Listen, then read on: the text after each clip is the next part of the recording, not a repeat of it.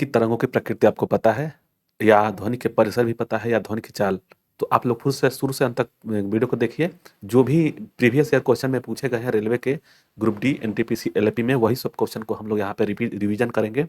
और शुरू से अंत तक आप देखने का प्रयास करिए, 2x में देखिएगा, ठीक है? तो चलते हैं क्वेश्चन पे देर न करते हुए। मेरा नाम है अजीत कुशवाहा। चलिए क्वेश्चन देखिए, दिया हुआ है 903 से, यहाँ पे 1100-1200 क्वेश्चन होगा, लेकिन यहाँ से 900 से यह स्टार्टिंग है, तो इसको हम लोग पढ़ेंगे। दिया है कि ध्वनि की तरंग की आवृत्ति यानी भी है और आवर्तकाल टी है, तो इसके बीच का संबंध क्या होगा? तो यह देखिए जेई में पूछा गया क्वेश्चन है या शिफ्ट 1 में पूछा गया है, तो इसको हम लोग क्वेश्चन लगाएंगे। तो देखिए ध्वनि की आवृत्ति जो होती है यानी यन होगा, भी और आवर्तकाल टी में क्या संबंध होगा? तो यह हो जाएगा यन 1/टी, ठीक है ना, 1/टी। इसका आंसर क्या हो जाएगा? 1/टी, यानी कि आंसर सी सही हो जाएगा, ठीक है ना। यह जो आवृत्ति है 1/टी होता है, इसको याद रखिएगा। किसी ध्वनि की तरंग या आवृत्ति भी और आवर्तकाल टी, यानी कि जो यन होगा यह भी नहीं अभी है, तो इसका आंसर यन बराबर 1/टी होता है। इसको आवर्तकाल कहते हैं, टी मतलब आवर्तकाल का समय कहते हैं। ध्वनि की यह जो है टी है आवर्तकाल का मतलब ध्वनि की आवर्तकाल का समय है। तो इसको हम लोग आवर्तकाल लिखेंगे टी, और उसके बाद से यह यन है आवृत्ति। तो इसको याद रखिएगा कि इसका आंसर सी सही हो जाएगा। यह जेई में पूछा गया क्वेश्चन है। दूसरा है कि ध्वनि की तरंगे यात्रा नहीं कर सकती हैं। इसमें से ऑप्शन है, तो देखिए ध्वनि की जो तरंगे होती हैं, जो भी ध्वनि की तरंगे होती हैं, उसको एक माध्यम की आवश्यकता होती है। उसमें ठोस, द्रव और गैस, यह तीनों में गैस, यह तीनों की आवश्यकता होती है उससे। और सबसे ज़्यादा ठोस में होता है, ध्वनि की चाल सबसे ज़्यादा ठोस में होती है, उससे थोड़ा सा कम द्रव में होता है, उससे थोड़ा सा कम गैस में होता है। तो यह तीन चीज़ आपको याद होना चाहिए कि ध्वनि की तरंगे की जरूरत होती है एक माध्यम की, जिसमें ठोस, द्रव, गैस होता है। निर्वात में ध्वनि गमन नहीं कर सकती है, यानी कि ध्वनि तरंगे यात्रा नहीं कर सकती हैं, तो इसका आंसर सी सही हो जाएगा। निर्वात में जो है ध्वनि की तरंगे गमन नहीं कर सकती हैं, यात्रा नहीं कर सकती हैं, तो इसका आंसर सी सही हो जाएगा। क्वेश्चन 905 है कि निम्नलिखित में से कौन सा असत्य है? इसमें असत्य खोजना है। ध्वनि की तरंगे हैं, इसमें से कौन सा होगा? तो ध्वनि की तरंगे क्या है, तो इसमें से कौन असत्य है यह देखना है। तो इसमें से सत्य कौन सी है? तो अनुदैर्ध्य तरंग जो होती है, तरंग जो होती है ध्वनि तरंगे, वह अनुदैर्ध्य होती है, अनुदैर्ध्य होती हैं। याद रखिएगा। इसको याद रखने के लिए अनुदैर्ध्य को आधा धा इसमें है, आधा धा इसमें है, तो इसको याद रख लीजिएगा कि ध्वनि तरंगे हमेशा अनुदैर्ध्य तरंगे होती हैं। उसके बाद से यह विद्युत चुंबकीय तरंगे भी होती हैं। इसके माध्यम से मतलब कि यह ध्वनि एक जो है ना यांत्रिक तरंग है, यांत्रिक तरंग है, ठीक है। अब इसमें से यह क्या है? और यह यांत्रिक तरंग है, उसमें गैस अवस्था और मतलब कि सभी में चल सकती है, ठोस, द्रव, गैस में सभी में चल सकती है। और यह अनुप्रस्थ और दोनों, मतलब ठोस और द्रव में अनुप्रस्थ और दोनों प्रकार की तरंगें होती हैं। तो ये जो याद रखिएगा इसको, यह जो हो जाएगा, इसका आंसर क्या हो जाएगा? इसका आंसर सी सही हो जाएगा, सी सही हो जाएगा। जो है कि यह असत्य है कि चुंबकीय तरंगे, चुंबकीय धुरी जो है विद्युत चुंबकीय नहीं है, यह सत्य है। इसका आंसर सी सही हो जाएगा। 906 है, निम्नलिखित में से कौन सा ध्वनि तरंग की विशेषता नहीं? इसको बहुत ध्यान देना है, नहीं को बहुत ध्यान देना है। यानी कि इसमें विशेषता है, 3 ठे होगा, एक नहीं होगा। तो इसमें देखिए आयाम, समय, अवधि, आवृत्ति, गति और घनत्व। तो इसका हो जाएगा डी, घनत्व की विशेषता नहीं है इसमें, घनत्व की विशेषता नहीं। देखिए अभी ग्रुप डी में पूछा गया क्वेश्चन है। इसका आयाम होता है, गति भी होती है, समय, अवधि और आवृत्ति दोनों होता है, मतलब कि ये तीनों चारों होता है, बस एक घनत्व नहीं होता है। ध्वनि तरंगे हैं, याद रखिएगा ध्वनि तरंगे हैं, इसमें से कौन होती हैं? यांत्रिक तरंगे, सुपर, अनुप्रस्थ, ट्रांसवर्स या विद्युत चुंबकीय। तो इसका क्या आंसर हो जाएगा? 907 का आंसर क्या हो जाएगा? डी हो जाएगा, यांत्रिक तरंगे हैं। ध्वनि जो तरंगे हैं यांत्रिक तरंगे हैं। इसमें संचरण के लिए, ध्वनि के संचरण के लिए एक माध्यम की आवश्यकता होती है। यह ठोस, द्रव, गैस में तीनों में चलते हैं, लेकिन सबसे ज़्यादा जो होता है ठोस में चलता है, और सबसे कम जो होता है गैस में चलता है। ये याद रखिएगा, यह पूछता भी है। सबसे ज़्यादा ठोस में, सबसे कम गैस में होता है। जो ध्वनि तरंगे यांत्रिक तरंगे होती हैं, ध्वनि तरंग का आयाम किस पर निर्भर करता है? जो ध्वनि तरंग है उसकी आयाम किस पर निर्भर करता है? तो वह निर्भर करता है वस्तु की कंपन करने वाली प्रयुक्त बल पर। इसका भी देखिए जेई में पूछा गया क्वेश्चन है। डी सही है, 908 का आंसर डी सही हो जाएगा। नेक्स्ट है, किस भौतिक वैज्ञानिक के सम्मान में ध्वनि आवृत्ति की अस्थायी मात्रक को नाम दिया गया था? देखिए ऑप्शन दिया है कि Werner Karl Heisenberg, Heinrich Rudolf Hertz, Albert Einstein और जी मैक्सवेल। तो इसका आंसर 909 का आंसर क्या हो जाएगा? बी सही हो जाएगा। हेनरिक रोडोल्फ हर्टज थे, इन्हीं के नाम पर यह पड़ा था नाम। और इनका जन्म जो है वो 1857 1994 में हुआ था। और विद्युत यह जो है 1888 ईस्वी के बीच में चुंबकीय तरंगों की खोज के साथ रेडियो और टेलीविजन और रडार के विकास का रास्ता खोला था। ठीक है, तो इसीलिए देखिए इसमें ध्वनि का जो हर्ट्ज आवृत्ति होती है, हर्ट्ज में हम लोग देखते हैं, ये भी याद रखिएगा। ठीक है, आगे, निम्न में से कौन सा माध्यम के घनत्व में किसी ध्वनि तरंग के एक संपूर्ण दोलन लगने का समय है? तो इसका आंसर क्या हो जाएगा? इसका आंसर आवर्तकाल हो जाएगा। इसका आंसर ई सही हो जाएगा। देखिए अभी जेई में पूछा गया क्वेश्चन है। ध्वनि तरंगे संचरण कर सकती हैं। देखिए यहाँ पे ध्वनि तरंगे ठोस माध्यम की आवश्यकता होती है। ध्वनि तरंगों को माध्यम की आवश्यकता होती है जिसमें ठोस, द्रव और गैस, ये तीनों जरूरत होती है। इसमें सबसे ज़्यादा चाल होता है, इसमें सबसे कम चाल होती है। याद रखिएगा, गैस में सबसे कम होता है। अब इसमें दिया है कि गैस में, केवल गैस में, तो संचरण तो इसमें भी होगा। कह रहा है कि ध्वनि संचरण कर सकती है इसमें भी, सभी विकल्प में, केवल यानी कि सभी विकल्प में। इसका आंसर ये सही हो जाएगा। देखिए गैस में भी होता है, पदार्थ द्रव्य में होता है, ठोस में भी होता है। इसका आंसर ये सही हो जाएगा। नेक्स्ट देखेंगे, ध्वनि के संचरण की आवश्यक माध्यम आवश्यकता होना आवश्यक है, यानी कि ठोस, द्रव और गैस, ये तीनों की जरूरत होगी। इसका आंसर 12 का आंसर क्या हो जाएगा? 12 का आंसर डी सही हो जाएगा। नेक्स्ट देखेंगे, दिया है कि ध्वनि गमन नहीं कर सकती है। जो ध्वनि है गमन नहीं कर सकती है, तो ठोस, द्रव और हवा यानी कि गैस में, इसमें तो गमन कर सकती है, लेकिन निर्वात में यह दिया है नहीं। जब दिया हुआ है तो इसका आंसर क्या हो जाएगा? इसका आंसर जो हो जाएगा, निर्वात में गमन नहीं कर सकती है। इसका आंसर डी सही हो जाएगा। 14 है, 914 आंसर है। देखिए कि नर्म और छिद्रयुक्त सतहों पर उपयोग करके शोर को अवशोषित करने के लिए तकनीक का प्रयोग किया जाता है। क्या है कि नर्म और छिद्रयुक्त सतहों का उपयोग करके शोर को अवशोषित करने के लिए तकनीक का दिया है। किसका तकनीक का प्रयोग किया जाता है? तो ध्वनिक सुरक्षा, श्रव्य सुरक्षा, अपवर्तन, अवशोषण। तो 914 का आंसर क्या हो जाएगा? 914 का आंसर ए हो जाएगा, ध्वनिक सुरक्षा होता है। इसका आंसर ए सही हो जाएगा। ध्वनि मतलब कि यहाँ डैश डैश दिया है कि के कारण उत्पन्न होती है। किसके? अपवर्तन, कंपन, प्रतिबिंब, घूर्णन। तो जो ध्वनि होती है कंपन के कारण उत्पन्न होती है, तो इसका आंसर बी सही हो जाएगा। ठीक है, आगे देखेंगे, निम्नलिखित में से भिन्नता के कारण संपीड़न और विरल उत्पन्न होती है। यह सब एनसीईआरटी से कुछ पूछेगा क्वेश्चन है, और एनसीईआरटी के बुक को पढ़ना बहुत जरूरी है। आरआरबी ग्रुप डी देखिए 28/9/2018 को यानी शिफ्ट 1 में पूछा गया क्वेश्चन है कि निम्नलिखित भिन्नता के कारण संपीड़न और विरलीकरण उत्पन्न होते हैं। इसमें से कौन सा होगा? किरण का अपवर्तन, तापमान में अंतर, दबाव, हवा का दबाव, चुंबकीय अंतर। तो इसका आंसर क्या हो जाएगा? इसका आंसर सी से हो जाएगा, हवा का दबाव होता है। नेक्स्ट है, ध्वनि की तीव्रता मापी जाती है। याद रखिएगा, ध्वनि की तीव्रता मापी जाती है डेसिबल में, हर्ट्ज में, टेस्ला में या रिएक्टर स्केल में। तो जो ध्वनि की तीव्रता मापी जाती है वो डेसिबल में मापा जाता है। इसका आंसर सी सही हो जाएगा। रिएक्टर में जो नापा जाता है, भूकंप की तीव्रता को नापा जाता है। भूकंप की जो तीव्रता होती है ना, तीव्रता तीव्रता वह मापी जाती है। हर्ट्ज को, इसके ध्वनि की आवृत्ति को देखते हैं हम लोग कि जैसे कि लिखा रहता है कि 20 हर्ट्ज यानी कि के हर्ट्ज जेड में, या 20 एच जेड में, इसको इसको हम लोग करते हैं, तो यह आवृत्ति होगी।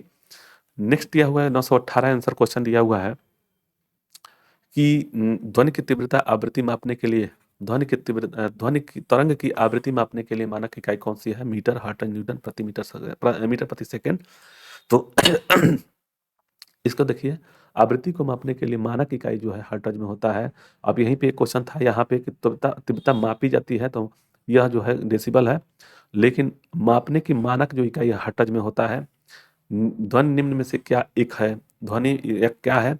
यांत्रिक तरंग है। तो इसका आंसर हो जाएगा बी सही हो जाएगा, यह यांत्रिक तरंग है। इसका आंसर बी सही हो जाएगा। निम्नलिखित में से कौन सा निर्वात में नहीं यात्रा कर सकती है, मतलब कि यात्रा नहीं कर सकती है? तो ध्वनि जो है निर्वात में नहीं चल सकती है। ध्वनि की आवश्यकता होगी माध्यम के किसी ठोस, द्रव, गैस में से किसी का माध्यम आवश्यक होगा। तो इसका आंसर बी सही हो जाएगा। दिया हुआ है 921 क्वेश्चन है कि इसमें आंसर देखना है। क्वेश्चन क्या है कि जब ध्वनि हवा के माध्यम से गुजरती है तो हवा के कण क्या होंगे? तरंग प्रसार की दिशा में कंपन करते हैं, कंपन नहीं करते हैं, कंपन करते हैं लेकिन किसी दिशा में नहीं, तरंग प्रसार की दिशा में लंबवत कंपन करते हैं। तो देखिए यहाँ पे यह सब पूछा गया क्वेश्चन, मतलब कि यह सब पूछे गए क्वेश्चन को हम लोग लिए हैं, और इसका आंसर हो जाएगा तरंग प्रसार की दिशा में कंपन करता है। इसका आंसर ए सही हो जाएगा। नेक्स्ट देखेंगे, ध्वनि एक रूप में है जो सुनने की अनुभूति इसमें से कौन सा पैदा करती है? विद्युत चुम्बकीय तरंग, यात्रिक तरंग, अनुगूंज और कंपन ऊर्जा। या देखिए ग्रुप डी में पूछा गया क्वेश्चन है, तो ध्वनि एक रूप में सुनने की अनुभूति प्रदान करती है, तो यह यांत्रिक ऊर्जा होती है। नेक्स्ट है, हवा में ध्वनि तरंगे होती हैं। जो हवा में ध्वनि तरंगे होती हैं कैसा होता है? अनुप्रस्थ होता है या अनुप्रस्थ या प्रवर्धित या अनुदैर्ध्य या लंबी, तो इसका आंसर क्या हो जाएगा 23 का? अनुदैर्ध्य होती है। याद रखिएगा यह आधा ध है ना, इसी को ध्यान में रख करके आधा ध को और इसमें आधा ध को याद रखेंगे तो याद हो जाएगा। और प्रकाश में देखिएगा, प्रकाश जो होता है ना अनुप्रस्थ होती है, इसमें भी देखिएगा यह प्र है यह प्रस्थ है, तो इसको याद रखेंगे तो यह प्रकाश का याद हो जाएगा, ध्वनि को याद रखेंगे तो यह ध्वनि याद हो जाएगा। ठीक है, चलिए नेक्स्ट क्वेश्चन है, निम्नलिखित में से ध्वनि का भ्रमण करती है, मतलब कि ध्वनि तरंग भ्रमण करती हैं, निम्नलिखित में से क्या दिया हुआ है? ध्वनि तरंग भ्रमण करती हैं तो विभिन्न माध्यमों में भिन्न भिन्न गति से होता है।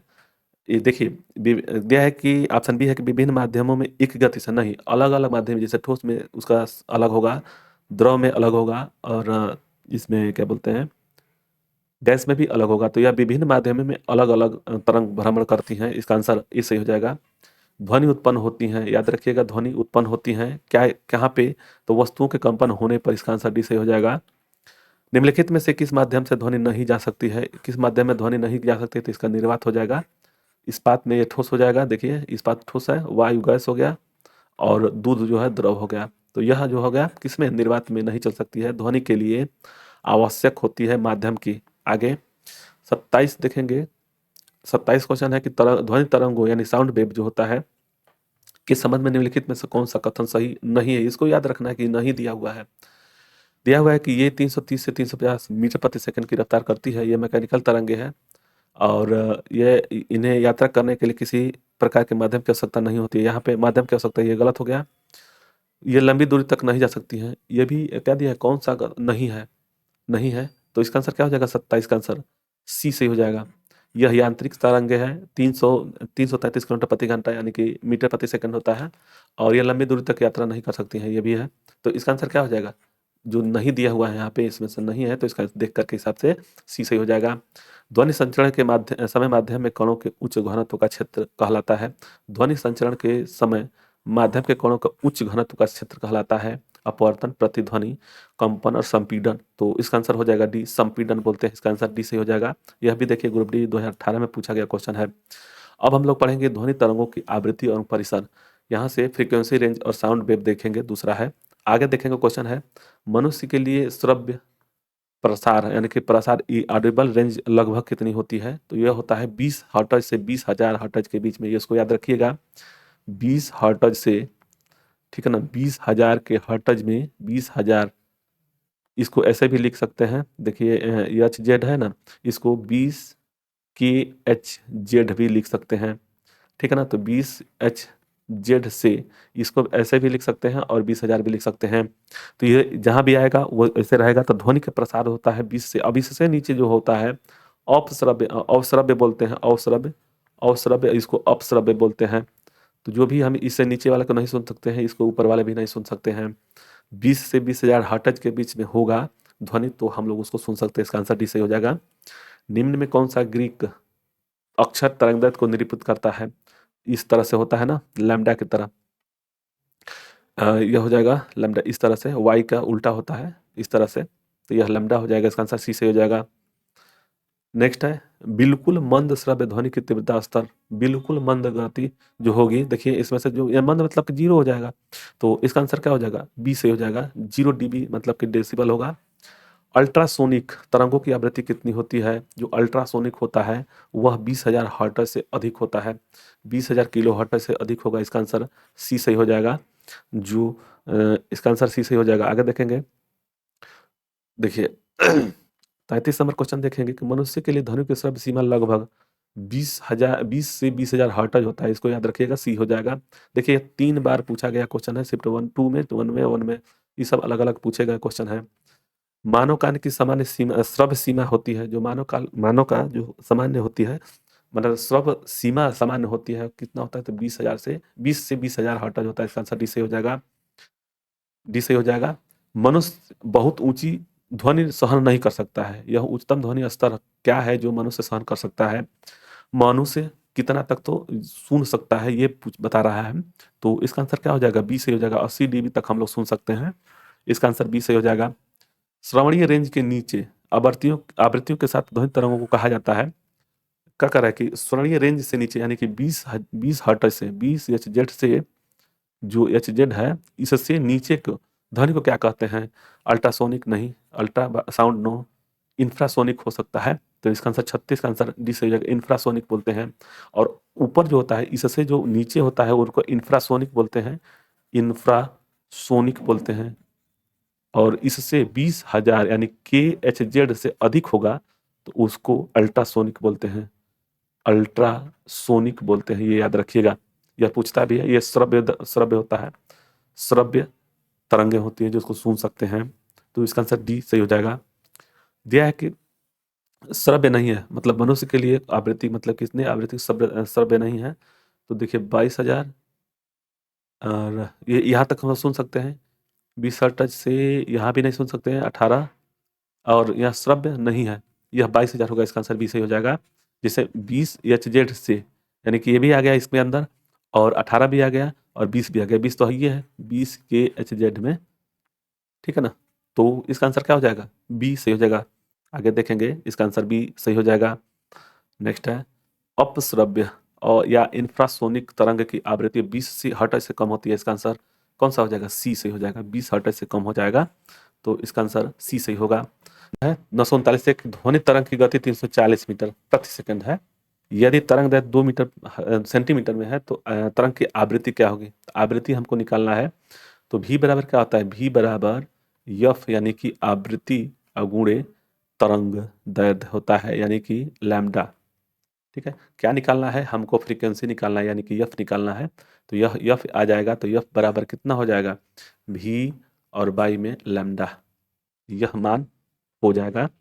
अभी जब इसको हम लोग लगाएंगे तब क्या होगा? भी कितना है? भी है 340 मीटर प्रति सेकेंड। लैम्डा, लैम्डा कितना दिया हुआ है? तो वह दिया है तरंग दैर्घ्य 2 cm। इसको मीटर में चेंज करेंगे तो 10.2 मीटर हो जाएगा। और उसके बाद से यह यफ हमको निकालना है ना। अब आगे देखेंगे तो यफ बराबर कितना हो जाएगा? यफ बराबर, यह भी है तो 340 और बट्टा में 10.20 यह हो जाएगा। तो यह देखिए 100 है, तो अगर इसमें से 100 का गुणा करेंगे तो नीचे 0 हो जाएगा, तो ऊपर 2 0 बढ़ जाएंगे तो यह हट जाएगा, यानी कि 3400 बट्टा में 2, इसको मान करेंगे यह बराबर, तो यह हो जाएगा 17, कितना? 17 हर्ट्ज हो जाएगा, HZ हो जाएगा। तो इसका आंसर क्या हो जाएगा? 17 हर्ट्ज, 1700, 17,000, 17,000, ये वाला ये सही हो जाएगा। 939 का ए सही हो जाएगा। नेक्स्ट देखेंगे, तरंग चमगादड़ को उनके रास्ते में आने वाली बाधाओं को पता लगाने के लिए मदद करता है, कौन सा? तो यह पराश्रय तरंग जो होता है ना, पराश्रय तरंग, उसकी वजह से वो पता लगा लेते हैं। जो देखिए 20,000 से HZ से नीचे जो होगा उसको इंफ्रासोनिक बोलते हैं, इंफ्रासोनिक बोलते हैं, ठीक है ना। और 20,000 हर्ट्ज से अधिक होता है उसको अल्ट्रासोनिक बोलते हैं, अल्ट्रासोनिक। यह होता है, इसको हिंदी में पराश्रय तरंग बोलते हैं, पराश्रय तरंग। इसके बीच में जो होता है इसको श्रव्य तरंग बोलते हैं, श्रव्य तरंग। और इसको अवश्रव्य तरंग बोलते हैं, अवश्रव्य तरंग, मतलब कि जिसको हम लोग सुन नहीं सकते हैं, श्रव्य से कम। तो इसी को पहराए तो इसका आंसर सी से हो जाएगा। ध्वनि की वह निम्नतम आवृत्ति क्या है जो मनुष्य द्वारा सुनी जा सकती है? जो मनुष्य के द्वारा सुनी जाने वाली आवृत्ति क्या होगी, यही क्वेश्चन में है। तो इसका आंसर क्या हो जाएगा? डी से हो जाएगा, 20 हर्ट्ज। ठीक है, आगे मनुष्यों के लिए श्रव्य ध्वनि की आवृत्तियों का रेंज कितनी होती है? तो 20 से 20,000। देखिए यहाँ पे एक और चीज़ है, यहाँ पे देखिए 20,000 के भी दिया हुआ है, तो ये नहीं होगा, ये नहीं होगा। और इसका आंसर क्या हो जाएगा? 42 का, 42 का आंसर सी सही हो जाएगा। ये के नहीं होगा यहाँ पे, यहाँ पे जब के होगा, ये सीधे ये क्वेश्चन गलत लिखा गया है। 20 HZ से लेकर के, ठीक है ना, KH नहीं होगा, 20 KHZ हो सकता है इस तरह से, 20,000 KHZ नहीं हो सकता है, यह नहीं होगा यहाँ पे, ठीक है ना। तो इसका आंसर सी सही हो जाएगा। इनमें से कौन सी तरंगे मनुष्य के लिए श्रव्य होती हैं? जो इसमें से कौन सी तरंगे मनुष्य के लिए श्रव्य होती हैं? से 20 से 20,000 हर्ट्ज के बीच में होता है। इसका आंसर सी सही हो जाएगा, 43 का। आगे देखेंगे 44 है, 944 से अल्ट्रासोनिक ध्वनि मतलब आवृत्ति जो होती है 20,000 हर्ट्ज से अधिक होगा। इसका आंसर क्या हो जाएगा? इससे अधिक होगा 20,000 से, तो इसका आंसर डी सही हो जाएगा। देखिए ये भी क्वेश्चन पे पूछा गया क्वेश्चन है, तो 944 का आंसर डी सही हो जाएगा। अब ध्वनि की चाल जो है, ध्वनि की चाल हम लोग पढ़ेंगे, साउंड, स्पीड ऑफ साउंड। आगे देखेंगे ध्वनि में हवा में ध्वनि की गति से अधिक गति के रूप में जानी जाती है, सुपरसोनिक, सोलर, इन्फ्रासोनिक, अल्ट्रासोनिक। तो इसका आंसर क्या हो जाएगा? ए सही होगा, सुपरसोनिक बोलते हैं। नेक्स्ट है 46 क्वेश्चन है, 946 है कि ध्वनि की गति पर दबाव पर क्या प्रभाव पड़ता है? ध्वनि की गति पर क्या प्रभाव पड़ता है? तो वह प्रभाव क्या पड़ेगा? वह प्रभाव पड़ेगा ध्वनि की गति दबाव से प्रभावित नहीं होता है। इसका आंसर सी सही हो जाएगा। हवा में ध्वनि का वेग लगभग कितना होता है? इसको याद रखिएगा। हवा में ध्वनि का वेग कितना होता है? तो इसको भी याद रखिएगा, यह होता है 330 मीटर प्रति सेकंड होता है। इसका आंसर बी सही हो जाएगा। ये जो दिया है ना, 3 × 10⁸ मीटर प्रति सेकंड है, यह प्रकाश की चाल है। यह 948 है कि एक ध्वनिक तरंग 3.5 किलो हर्ट्ज की आवृत्ति है। इसका तरंग दैर्ध्य 1.1 मीटर है। तो इसके 700 मीटर की दूरी तय करने में कितना समय लगेगा? तो इसका समय कितना लगेगा ये देखना है। तो डिस्टेंस बराबर कितना होता है? देखिए भी बराबर क्या होगा? भी बराबर एन लैम्डा होगा। भी बराबर एन लैम्डा। अब जब हम इसको लगाएंगे तो एन कितना है? 3500। मतलब कि ये दिया हुआ है ना 3.3, 3500 हो जाएगा ना। किलो हर्ट्ज में है तो 1000 से गुणा कर लेंगे तो 3500 हो जाएगा। और गुणने 0.1 मीटर हो जाएगा। 0.1 मीटर तो ये करेंगे तो कितना हो जाएगा? 350 क्या हर्ट्ज में। अब उसके बाद से डिस्टेंस डी बराबर एस इंटू टी। जब हम डी बराबर डी डिस्टेंस यानी कि डी बराबर एस इंटू टी होगा तो टाइम हमको समय निकालना है। तो टी बराबर क्या हो जाएगा? यस डी अपान यस हो जाएगा। ठीक। अब यस तो हमारा क्या है? डिस्टेंस है। अब इसको निकालेंगे तो टी हमको निकालेंगे। देखिए यस तो ये भी है ना, तो इसकी चाल क्या हो गई? 3500। और मीटर में कितना दिया हुआ? तो डिस्टेंस कितना दिया हुआ? डिस्टेंस यानी कि 700 मीटर और बटा में 350। इसको कटाएंगे तो हमारा टी निकल जाएगा। तो यह हो जाएगा 2। क्या हो जाएगा? 2 सेकेंड। इसका आंसर डी से हो जाएगा। नेक्स्ट है ध्वनि तरंगों की गति इतना मीटर प्रति सेकंड है। तो ध्वनि तरंगे 7 किलोमीटर की यात्रा करने में लगा समय कितना होगा?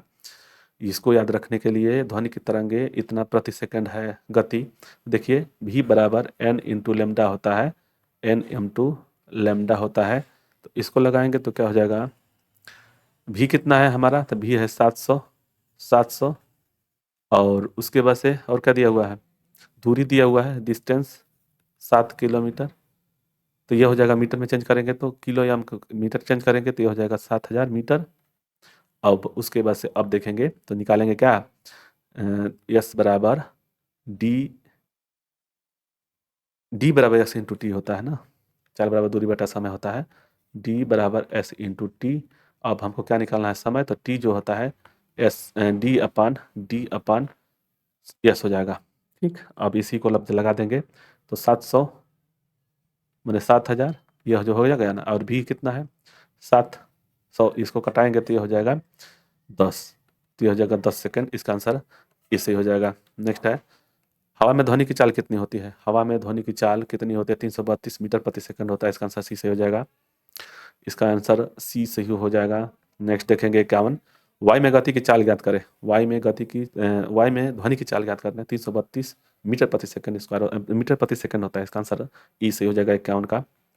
नेक्स्ट देखेंगे एक ध्वनि स्रोत 60,000 की तरंग से भेजता है 3 मीटर की तरंग दैर्ध्य से। तो तरंग की गति पूछ रहा है। ठीक है, तरंग की गति पूछ रहा है तो यह कितना हो जाएगा? 51 52 52 को देखिए यन कितना है? आवृत्ति कितनी है? तो 600। और लैम्डा कितना हुआ है? तो लैम्डा 3 मीटर है।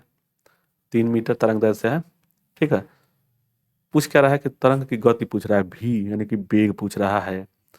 तो भी बराबर क्या होता है? N into lambda. तो भी बराबर क्या हो जाएगा? 600 गुणे 3 यानी कि 1800 मीटर प्रति सेकंड हो जाएगा। मीटर प्रति सेकंड यह हो जाएगा बी। आंसर बी सही हो जाएगा।